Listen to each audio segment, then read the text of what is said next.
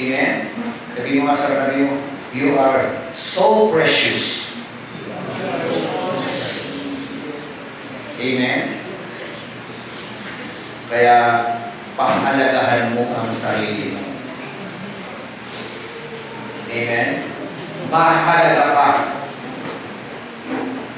sa paningin ng Diyos. Bakit mahalaga ka? Kasi, namatay siya dahil sa pagtubos na iyong kasalanan. Kasi, inialay niya ang kanyang dugo. Ang ipinatubos niya, hindi ginto, hindi pilang, hindi maleta. Are you with me? Ang ipinatubos niya, sarili niyang dugo. Ganyan kakahalaga. Ganyan kahalaga ang Iglesia.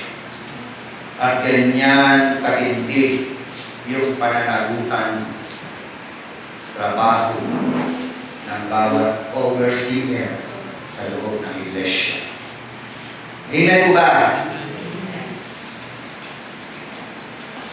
Pangatlo, keep on careful feeding of God's flock.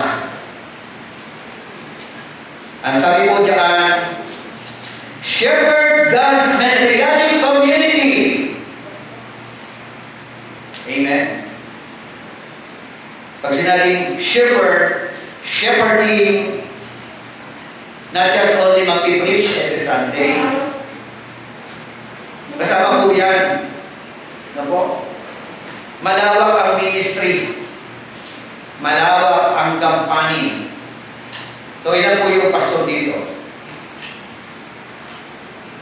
Tulong-tulong po kayo. Pamumuna ng ating pong great shepherd. Our great shepherd is none other than the Lord Jesus Christ. Amen. We are all under shepherd. Even Bishop Cagnario Amen po, under shepherd po. Ipinagkatiwala lang ni Ruach Akodesh ang church. In other words, this is not our church. It is not my church. It is not the church of Bishop Cagnario. Hello. Amen. But it is the church of our Lord Jesus Christ. Amen. Palaman na si Lord! Yan po yung mga napakahalaga katotohanan na makita po natin. Pangalagaan ninyo ang Iglesia ng Diyos. Katulad po ng pangalaga ng inahiman mo sa kanyang mga anak. Amen. Sino po nag-alaga ng ano? Sino po tira sa bukid? Di ba alam yung ginagawa na inahiman mo? Pag nararamdaman niya ng ulan, tatawagin niya yung kanyang inakay. Tapos iimunan niya yung kanyang pakpak. Papasok naman doon yung mga inakay. Amen? Tinalaga tayo ng Panginoon to protect the church. Amen? Amen. Proteksyonan ang Iglesia. So, ano resulta ng tinatawag na proper feeding? Una, proper feeding is dependent upon overseer being fed. 2 Timothy chapter 2 verse 15. Sino ba makakapag-recite? Anybody? 2 Timothy 2:15.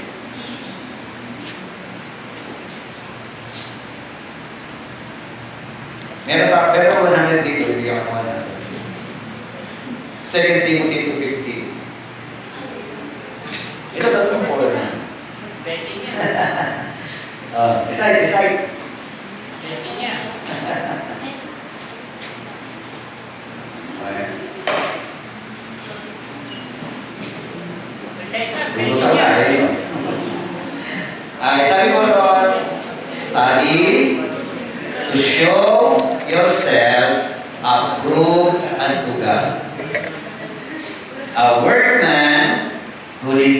be ashamed, rightly dividing the word of truth. Amen? Study. That is the key word. When we study the word of God, what happened? To show ourselves approved unto God. When we study the word of God, ano sabi? To become a workman who need not to be ashamed. When we study the word of God, we can rightly dividing the word of God. Amen. Napakahalaga ang rightly dividing ng word of God. Ayun eh. Kasi pag mali ang pag-divide mo ng word of God, mali ang ituturo mo sa pulpito. Tama? Pag mali ang turo mo sa pulpito, yun ang nasasalag ng miyembro mo. Virus nakakalat. Kaya, napakahalaga ng pag-aaral. Amen? Lalo't higit sa mga overseer. Sabi nga when you stop learning today, you will stop living properly tomorrow. Amen? When you stop learning today, you will stop living properly tomorrow.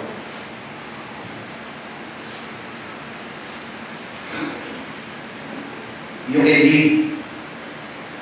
Pwede ka mamuno. But the question is it proper? You can preach. But the question is it proper? Is it in accordance with the word of God? Kaya, hamon po yung mga bagay na pinapangit. Ikaw muna ang mapuno. Ano ituturo mo kung kulang ka ng kaalaman? Amen? Kaya ang pag-aaral, hindi natatapos. Tuloy-tuloy ang pag-aaral. Pangalawa, proper feeding will produce healthy, productive sheep. Reproductive and productive. Yun ang re-reproduce. Amen? Sino po rito may mga anak na sa pananampalataya? Sino yung mga bago? Hello? 2 Timothy 2:2. Ito ulit, may natin ulit. 2 Timothy chapter 2 verse 2. Baka meron na nakakala. Ano sabi? Si Pablo may sabi, the things which you have heard from me in the presence of many witnesses, and trust this to reliable person who can teach others also. Ang mga bagay na natutunan mo sa akin ay ituro ninyo sa mga tao na mapagkakagawalan magturo naman sa iba. That is mentoring relationship. Amen? So, reliable person. Di ba kung reliable ba yung reliable person? Faithful person.